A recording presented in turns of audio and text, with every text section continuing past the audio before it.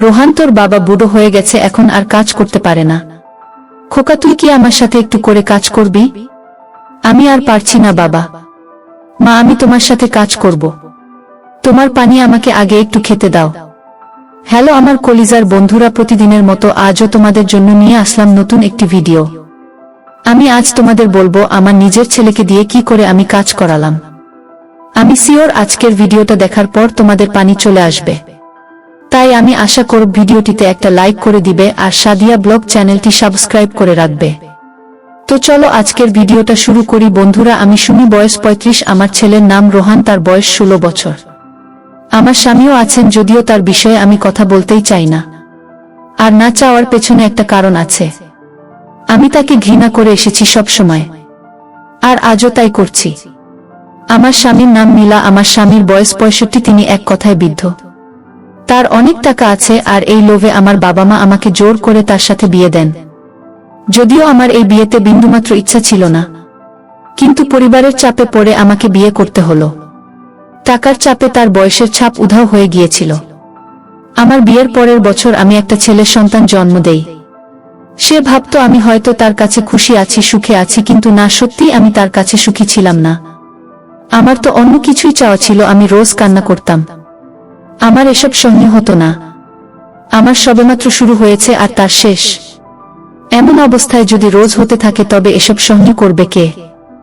আমিও পারিনি সহ্য করতে।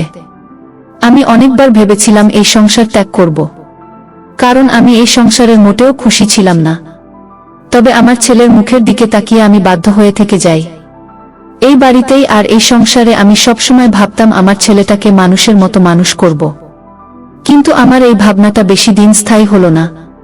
একদিন আমার ছেলে স্কুল থেকে বাড়িতে ফিরে এসে আমাকে বলল, মা, আমার না একটা মেয়েকে খুব পছন্দ হয়েছে, আমি তাকে বিয়ে করতে চাই।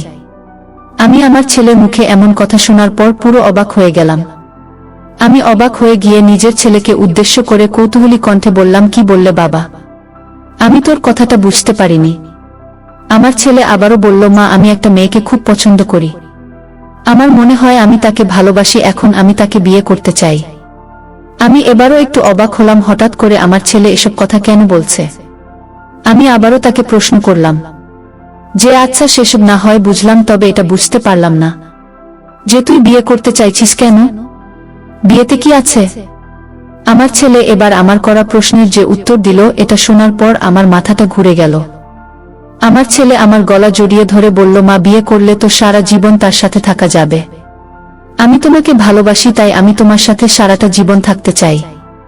আমি আমার ছেলের এমন কথা শোনার পর খিলখিল করে হেসে ফেললাম। আমার ছেলে রোহান কিন্তু মোটেও ছোট নেই। সে কিন্তু মোটামুটি বড় হয়েছে, তবু সে এখনো কিছুই বুঝে না। আমি খুশিতে গদগদ হয়ে গিয়ে আমার ছেলে রোহানের গালের উপর নিজের হাত রেখে আলতো করে তার গাল টেনে নিলাম আর নিজের বুকের সাথে জড়িয়ে নিলাম। আমার এই ছেলেটার দিকে তাকিয়ে আমি বেঁচে আছি।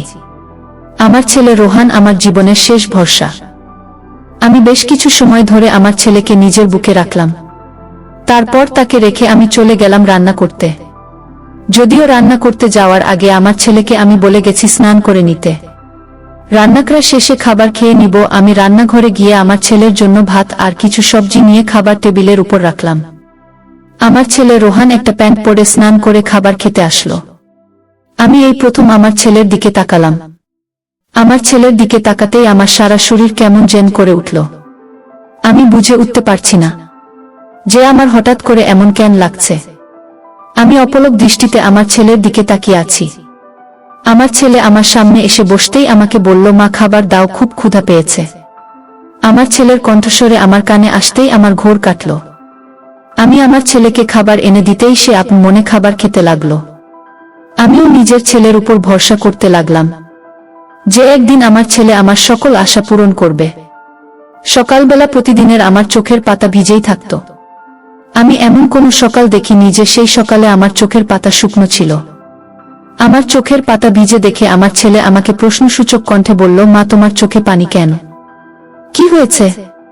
বাবা কি তোমায় কিছু বলেছে? আমার ছোট্ট ছেলে এত কিছু বোঝার বয়স তার হয়নি, তাই আমি তাকে বেশি কিছু বললেই সে আমার কিছু বুঝতে পারবে না। তাছাড়া আমার স্বামীর আর আমার মাঝে থাকা সমস্যা আমি আমার ছেলেকেও বলতে চাইছি না। আমি নীরব হয়ে থাকলাম। আমার ছেলে আমাকে নিশ্চুপ দেখে আবারও প্রশ্ন করল, কি হয়েছে মা তোমার? আমি রোজ দেখি সকালবেলা তুমি কান্না করতে থাকো, আর রাতের বেলা বাবা তোমাকে বকতে থাকে। কি হয়েছে মা, আমাকেও বলবে না তুমি?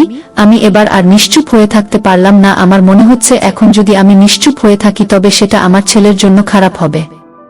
সে যখন আমার কাছে প্রশ্ন করেছে কিছু জানার জন্য, তখন আমার উচিত তাকে সব বলা। তাছাড়া আমার মনের ভিতরে যে কষ্টটা আছে সেটা যদি আমি তাকে খুলে না বলতে পারি তবে আমি নিজেও শান্তি পাব না।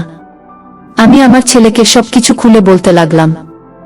আমার বলা প্রতিটা কথা আমার ছেলে খুব মন দিয়ে শুনতে লাগলো। আমার প্রতিটা কথা শোনার পর আমার চোখের কোণে আবারও নোনা জল চলে আসলো। আমার ছেলে আমার চোখের জল মুছে দিয়ে আমাকে উদ্দেশ্য করে বলল, মা তুমি কান্না করো না। আমি জানি তোমার এখন অনেক কষ্ট হচ্ছে। আমি আর সেই ছোট্ট খোকা নেই। আমি এখন সব বুঝতে শিখেছি। আমি জানি ওই লোকটার সাথে তুমি খুশি না। আমি ওই লোকটাকে দেখতে পারি না। আমার অসহ্য হয় না তাকে। আমি আমার ছেলের কথা শুনে তাকে আটকে দিলাম।